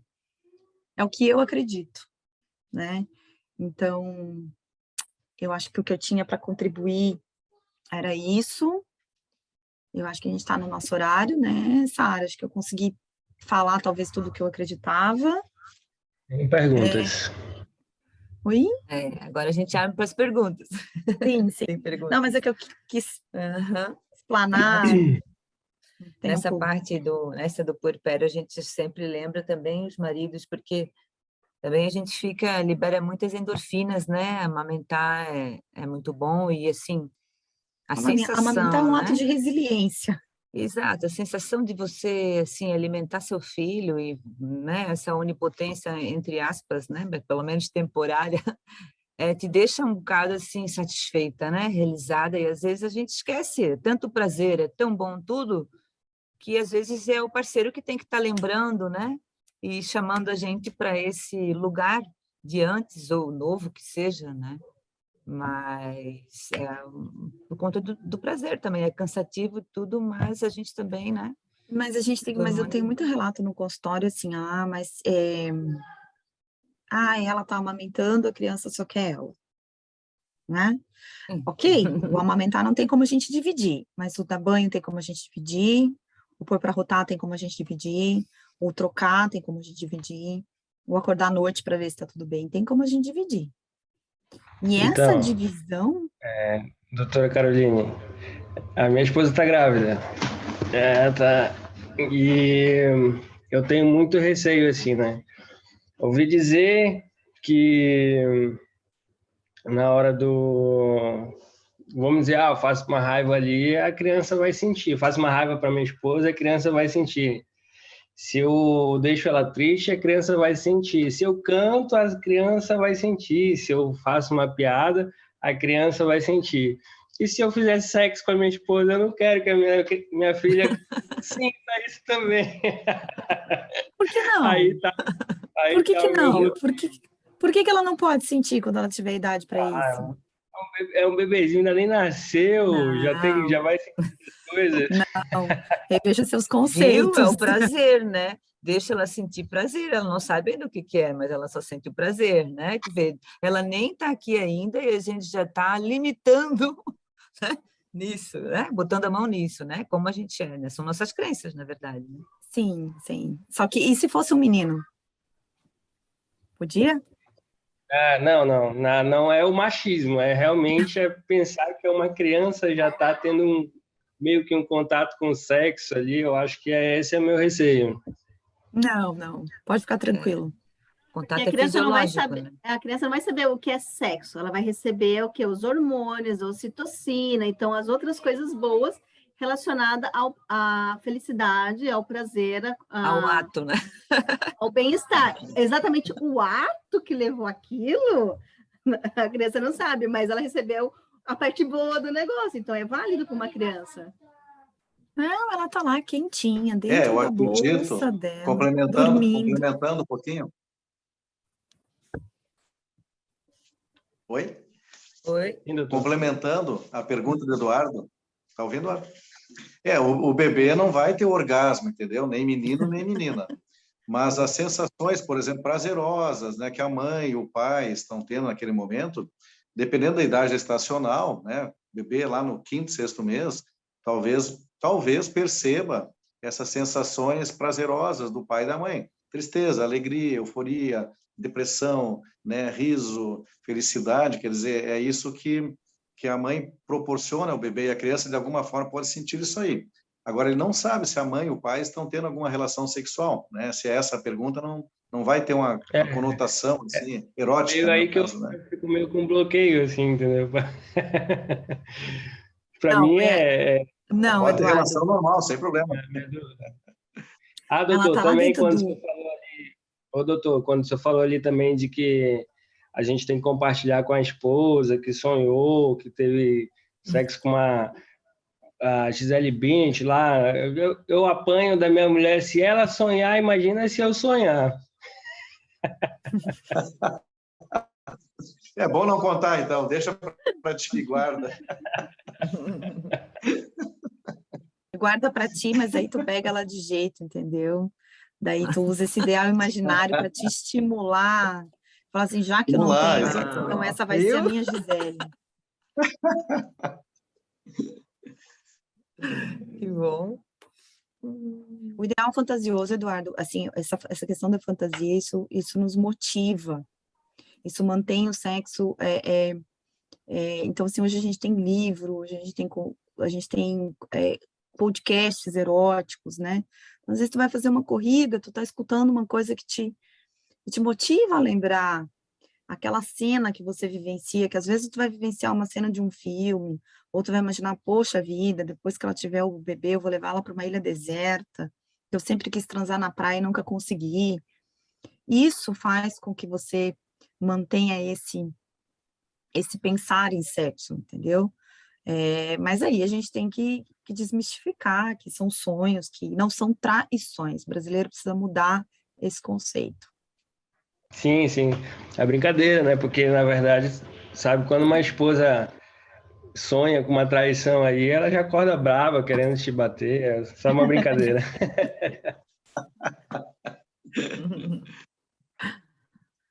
Mais alguma pergunta? Tranquilo? Queria deixar, assim, bacana o jeito que tu falas muito e é um elogio isso para a gente se conhecer, né? Ainda conheço amigas que, há 10 anos da minha idade, tá bem? Mas ainda teimam comigo de que o outro tem que descobrir como que é, ou o lugar melhor que é na gente, né? O outro não tem essa obrigação, né? Não. Então, é importante, assim, quanto mais falamos, quanto mais nos tocamos, nos conhecemos, melhor fica, né? Então, A é gente que importante tem a essa gente também, né? obrigação. Sabe por Isso, quê, né? Sara? Porque eu não posso entregar a minha felicidade para o outro. Eu tenho que buscar a minha felicidade. A partir do momento em que eu busco ser feliz, eu, né? Então, eu tenho que me amar primeiro para poder o outro me amar. Então, Isso. E quando não a tem gente nada de entende errado nisso, né? não tem nada de errado. Não tem nada de errado, né? Mas um pouquinho de autoestima faz bem. Eu tenho uma amiga que fala que das tuas amigas me lembrou agora, eu tenho uma que fala que eu sofro de excesso de empoderamento feminino. Bom esse. Não sou feminista, mas assim, se eu quero sair com uma determinada roupa e eu achei que aquilo me fez sentir bem, eu tô me achando a Gisele Bündchen na rua, eu não saio. E aí ela fala, meu Deus, tu sofre de excesso de empoderamento feminino. Eu falei, sofro. Que bom. Vou continuar assim. Gente, a vida tem muita coisa, o mundo tá muito louco, a gente tem que ser feliz um pouco, né? E buscar essa felicidade. E buscar essa felicidade em todos os nossos setores, buscar essa felicidade no nosso relacionamento, no nosso trabalho, nas nossas relações de amizade, né? Desvencilhando relacionamentos tóxicos, tendo esse parceiro, trazendo esse parceiro para uma parceria mesmo. Mulher tem mania de TDR todo dia, a gente não tem TDR. Né? É um saco discutir a relação todo dia. Né? É um saco, é muito ruim. Mas a gente tem que, de vez em quando, chamar esse parceiro para a gente colocar o contrato que a gente tem ali no eixo. Mas DR todo dia não dá, né? Eu acho que outro dia eu estava com uma amiga, sabe, Carol, e eu combinei com ela, acho que a Paulinha já sabe também, eu quero um grupo de mulheres, mas eu quero só mulheres para a gente falar das nossas coisas, sabe? Trocar. Os homens não se encontram e falam de muitas coisas, a gente não se encontra, né? Ou então vem com a nossa prole toda junto, daí a conversa fica diferente. Mas só as mulheres para dançar, cantar e falar das nossas questões, a gente não tem muito esse hábito. Eu acho que a gente se fortalece assim, né? Mas, ó, deixa eu ensinar uma coisa para vocês. Tem Ferino Kids, tá? Uma vez por mês, o Pedro vai às quintas-feiras, ele sai da escola das 5 às 9 da noite, tá? E as mães ficam do outro lado da rua, num barzinho. E a gente fica batendo papo. Vocês estão E aí, como eu faço? Aonde que é isso? Aonde que é? Isso é em Brusque. Itajaí. É em Brusque. Itajaí. Olha aqui. Itajaí. Não sei em Itajaí, então pode passar os contatos, porque eu moro em Itajaí. E tem uma galera da gestante e as parto tudo aqui. E te digo que essa é uma parte... É na rua, se não me engano, é na rua Camboriú. Ali na altura ali da Boutique Pão de Ló, alguma coisa nesse sentido ali na Lauro Miller. Que legal. Depois eu passo o contato também. Vou fazer um merchan aí para a Bruna, que é a dona da Playlife. Mas é muito legal, tá? Ela fez uma casa e a gente deixa as crianças a partir das 5 da tarde, acho que o último horário para pegar é 9h30. E aí, de forma bastante inteligente, uma pessoa fez um barzinho do outro lado da rua. E aí a gente vai, a gente leva direto da escola. É o after, né? Depois. O after né, que fala. Viu? After school is Não, é sério, gente. Chama Ferino Kids. Legal. Ferino Kids. E aí Legal, a gente né? bate papo. Boa ideia. E aí, como eu acabo falando de sexo, eu não falo, né? Mas eu falo para elas que o fato de eu estar ali, elas... Pronto. Já se soltam. Quando eu vejo, elas já estão batendo papo e se soltando mais. E aí, esses momentos também são momentos bacanas, né? Porque você volta para o relacionamento mais leve, né? Você volta se encontrando mais com o que você era antes. Você conversa com outras mulheres, vendo que as dificuldades delas muitas vezes são as mesmas que as tuas, né? Ou piores que as tuas, ou melhores, enfim. E aí a gente vai manejando, né? Você vê que algumas colegas, que algumas amigas também investem, né, na relação, sabe? Promovem algo diferente, né? Às vezes você também, né, enquanto casal, você, né, entra na rotina e tal. Aí você vê, nossa, você faz isso, você faz aquilo, olha que legal, e você acaba, né, se modernizando, né? Como diz aí o negócio que a Tina usa a atrofia, não era bem essa palavra, mas me lembrou, né? Como tudo, né? Às vezes eu recebo mensagem de amigas para eu ir nos encontros delas, elas querem que eu vá, que eu leve algumas coisas para mostrar. Volta e meia eu estou aprontando alguma coisa nesse sentido aí. Então o próximo será presencial, né? Para a gente ter mais dicas. Olha, eu vou dizer para vocês que assim, eu sofro um pouco com isso daqui, eu tenho uma dificuldade. Eu, né, apesar de só ter 40 aninhos, eu preciso desse contato físico, eu sinto dificuldade embora, assim, a gente Digital, né? tenha facilitado bastante, né, porque eu estou em casa, até 5 minutos antes eu estava lá em cima com os meninos, e tem uma facilidade, né, mas esse approach, assim, eu sinto falta. Então, acho que esse esquema híbrido, né, acho que algumas vezes a gente nessa facilidade, algumas vezes a gente juntos, e por aí vai, né. Ainda bem que está tudo voltando ao normal, né, Carol? Graças a Deus, as antes sinais, assim, tudo, as festas, né? Então, melhorou bastante já, né? Ainda bem. Antes da pandemia, Sara, eu estava dando palestra. Eu reunia 40, 50 pessoas, né? Alugava um espaço de coworking e cobrava só um valor de um coffee mesmo, nada de fins lucrativos, assim, e promovia. Cheguei a promover, acho que uns 4 em Brusque, antes daí veio a pandemia e acabou fechando. Mas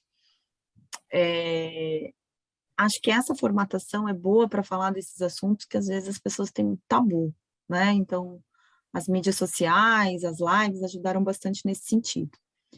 Mas acho que agora é um processo da gente se reencontrar, né? Olha aí, o Dr. Deniter eu estou conhecendo dessa forma. Pois é, a gente não se conhecia pessoalmente ainda, né? Não. Mas é uma Mas foi um forma da prazer, gente... já virei teu fã, já. Prazer, né? Imagina, é um prazer. E depois a gente teve a experiência do programa na rádio, né, Sara? Ele ficou quase 3 anos no ar, então isso também foi muito legal. A gente está aí reformatando ele, vamos ver como é que ele vai voltar agora. Acredito que no segundo semestre eu retome ele. Mas também foi uma experiência muito bacana. Então, assim, a gente vai aos poucos falando disso, né? Então, queria deixar aí algumas coisas para que vocês lessem. Então, Sexoterapia, da Ana Canosa, que é a minha professora da pós-graduação. É muito legal o livro, muito leve, muito divertido. Que fala sobre essas questões todas da sexualidade no consultório. É um livro de relatos mesmo, de casos, assim. Então, é muito legal. Ali a Paulinha já mostrou os 60 Dias de Neblina, que é um livro de cabeceira aí que eu tenho para o pré-natal.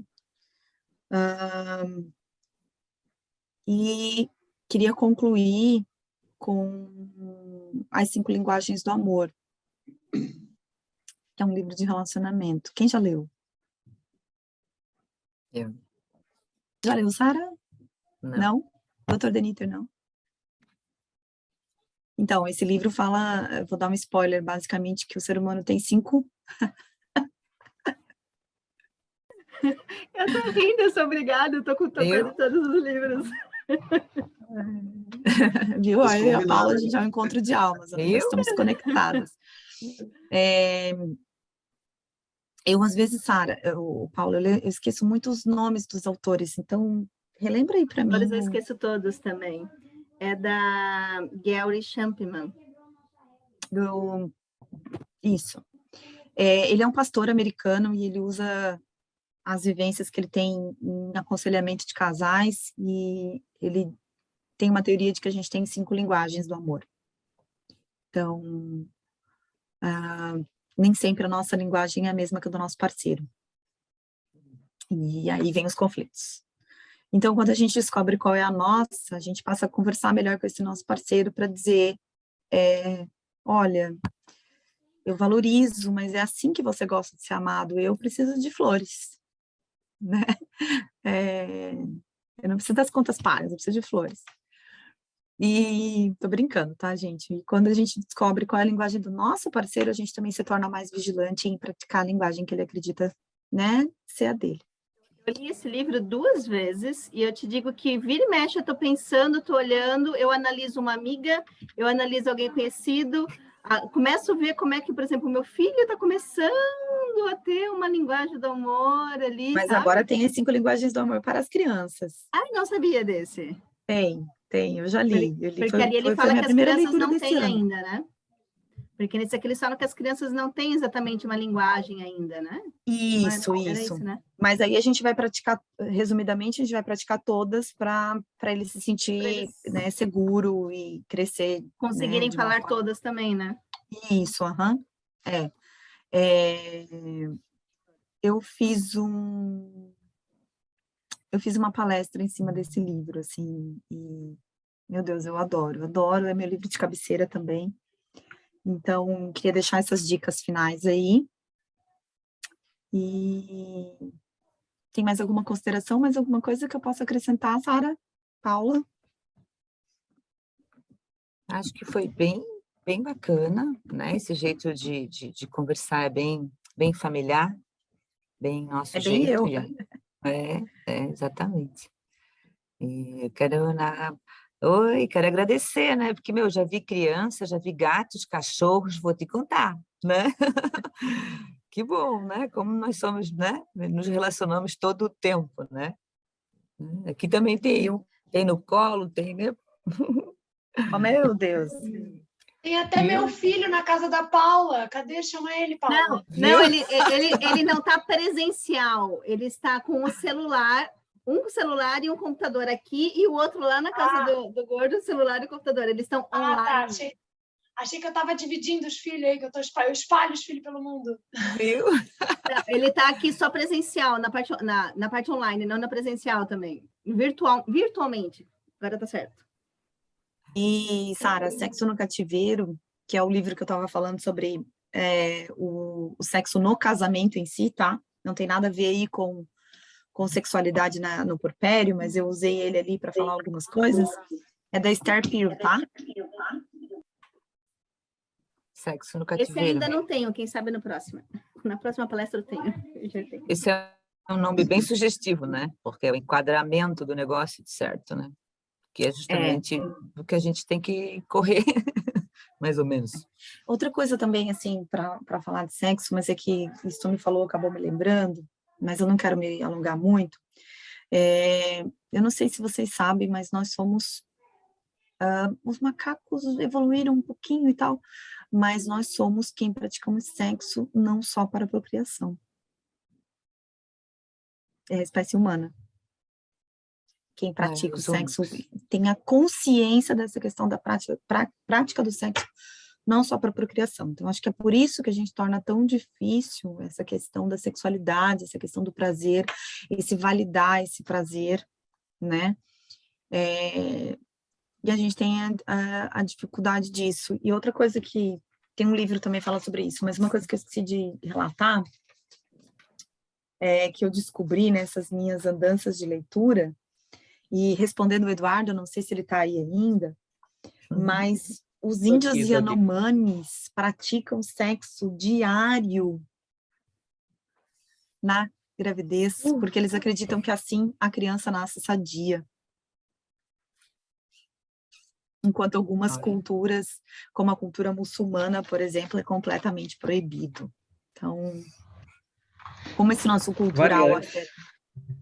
Variantes.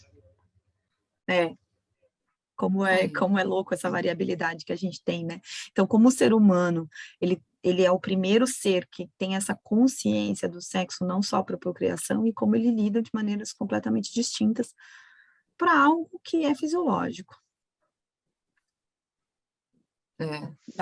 Dá o que pensar, né? É isso. São reflexões, né? São reflexões e que eu acho assim importantíssima, porque somos mulheres, né? Talvez tenham homens aí ao lado das mulheres, enfim, mas somos sobretudo nós que indivíduos. Exatamente. Antes disso, né, somos da mesma espécie. Então, né, eu sempre digo, temos que nos ajudar, nos apoiarmos, né, e encarar isso, né, como eu me lembro que lá não sei se foi bem assim que tu falasse, mas quando a repórter lá perguntou, que tu dissesse, minha mãe falava de sexo em casa como a gente tomava água, alguma coisa nesse sentido. Então, é mais ou menos isso, né? Se a gente pudesse falar de parto, né? De sexo, enfim, de um jeito que a gente fala sobre outras coisas, né? Aí a gente ia se relacionar melhor também, né? Então, acho que está aí Mas a tarefa de casa. muito importante, né, ter esse assunto, ainda mais com a doutora, ainda mais com o doutor, com as doulas, porque para falar de sexo, se eu for conversar com isso com a minha mãe também, ela vai falar, menina, isso e aquilo, vai falar tudo naquele palavreado dela, mas não vai ser tão construtivo como ter profissionais como vocês, né? É muito importante esse assunto também tá nessa mesa, né? Para mim foi muito bom, assim, quando a gente já vinha conversando, né? A gente é muito parceiro, eu e a Guto, e a gente já vinha conversando sobre isso e estudando, né, essa parte. E quando eu vi que ia ter esse assunto, eu falei, não, parece enviado para a gente também. Que bom. Acho que forma, a gente toda a galera que está sobre o assunto. grávida aí passa por isso, com certeza. É um assunto que sempre tem que estar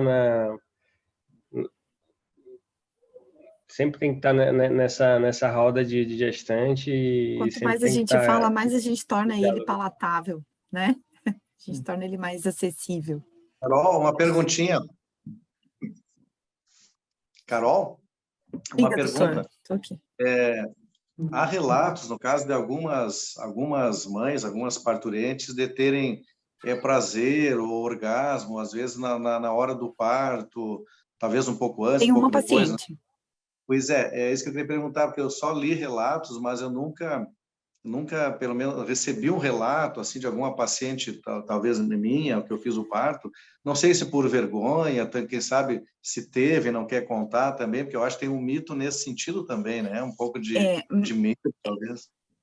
Essa paciente em questão, eu acredito que ela seja um pouco fora da curva, porque ela tem um contexto, um entendimento sexual dela, do marido dela, que assim é absurdo, sabe? Um preparo emocional muito grande para esse parto. Ela perdeu o tampão mucoso com 37 semanas e o Otto só foi nascer com 39,3, se não me engano. Foi um parto, assim. Ela teve uma experiência orgástica, ela relata, ela ficou muito frustrada porque no segundo filho ela não teve essa mesma experiência que ela teve no primeiro. Foi um parto em que envolveu toda essa equipe, ela chegou muito rápido no hospital. A gente deixou dectação total de placenta, até, eu me lembro, esse foi um parto, acho que em 2016. Tinha coleta de cordão, doutor, e a gente esqueceu de coletar o cordão, porque a placenta ficou lá na suíte com ela, e ela andando com a criança, e a gente, assim, esqueceu, tanto eu quanto a pediatra. Mas tudo certo, assim, eu digo porque a experiência foi muito. O segundo foi outro médico assistente, eu estava já na minha vida com o Pedro, mas ela se queixa muito que ela não teve esse relato. Outra coisa interessante desse casal é que eles voltaram para a vida sexual deles com 13 dias pós-parto. É o casal mais rápido que eu tenho de retorno à vida sexual deles. Eu acho que ela é um pouco, eu acho que ela é um pouco fora da curva. Fora da curva. Eu acho. Eles são muito maduros sexualmente, eles usam várias experiências, eles estão realmente, assim, em outro estágio até das vivências sexuais mesmo, que eles trazem para dentro da relação sem tabu nenhum. Então, eles são muito, muito maduros, sexualmente falando, e eu acho que é isso que levou ela a ter, porque ela tinha uma consciência corporal tão grande, que eu acho que é isso que levou ela a ter uma experiência orgástica. É a única que eu tenho. É porque é raro, né? Ou pelo menos, ou eles não comentam quase, né, também. A gente Mas, acaba não doutor, perguntando também. Mas, doutor, Eu não assim, tem pergunto paciente, no pós-parto, assim, você teve orgasmo no parto? Não, a gente não pergunta, né? eu acho que muitas tiveram, tá? Mas elas não sabem nem como é que é o sim. parto sem estar grávida, o orgasmo sem estar Pois grávida. Não A sabe, gente né? teve uma experiência Como é que elas vão que eu saber o sempre que é do conto. parto? A gente teve uma experiência bem singular, bem legal. Nós tínhamos a suíte no antigo Santa Inês, e eu lembro da bebê que chama Helena, e é um casal muito especial. E eu me lembro que a gente estava, né, então, na nossa suíte, bem particular, e aí ela estava, assim, quase chegando 10 centímetros, e ela achou uma posição na cama, se acocorou, se encostou na cama, e ela fazia um movimento, assim, e ela fazia um movimento e fazia... e ela começou a gostar muito desse movimento. E aí eu me lembro bem que eu fiquei olhando e me encantei, né? Porque a gente está envolvido, cheio de ocitocina. Eu olhei, aí eu me toquei de olhar para a equipe. Cadê a equipe? Assim, daí, quando eu fui olhar para a equipe, nós tínhamos a técnica, tinha mais umas 2 doulas, porque trabalhávamos em mais, estava todo mundo parado, olhando assim para a cliente. E o marido desmaiado, dormindo, sabe?